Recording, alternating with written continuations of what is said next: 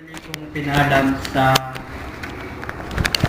aking kamiyembro that time. Nagagaling mo lang sa likod sa likod. Kaibigan. Mga kapatid, pumunta ako sa libigan ni Church ni Jesus. Ako'y bigla namang Very good. Okay. bigla siyang nabuksan ang kanyang tarakaan ng bibig niya. Okay. Oh, nahulog yan.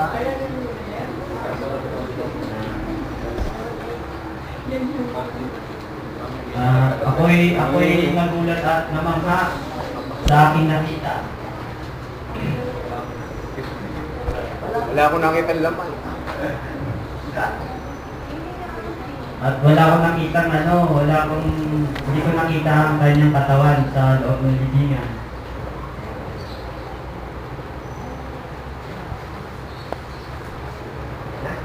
Okay na. Wala nakita.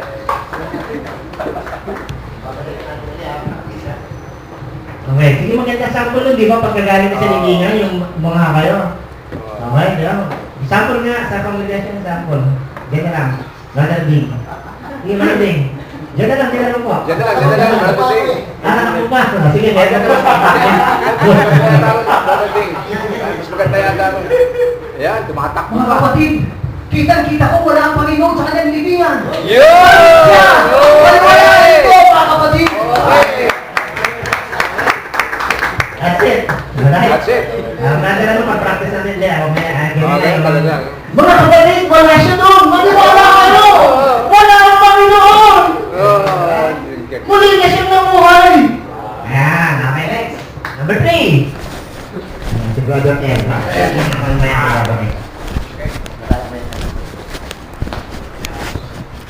Magandang hapon po sa ating lahat mga kapatid.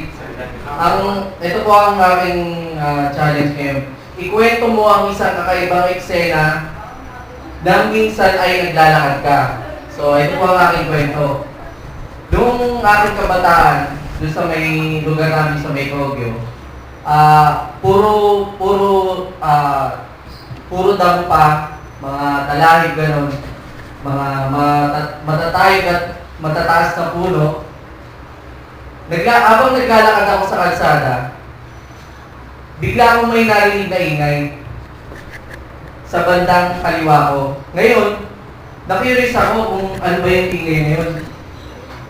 Pagkatingin ko, mayroong mga babaeng naglalaba at mga batang naliligo sa bukal na dinugtungan ng tubo para doon lumabas yung tubig.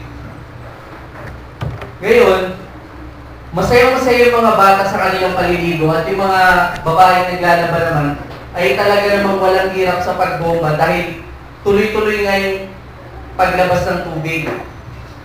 Habang ako'y naglalakad, bigla akong nagutom.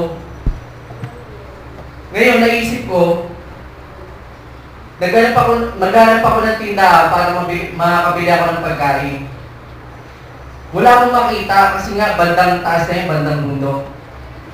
Naisip ko na kahit maswerte itong mga tao na ito na dito nakatira na maraming tubig, dahil sa amin nun wala pang nawasa at talagang pipila ka ng napakahaba para ikaw ay makaigib.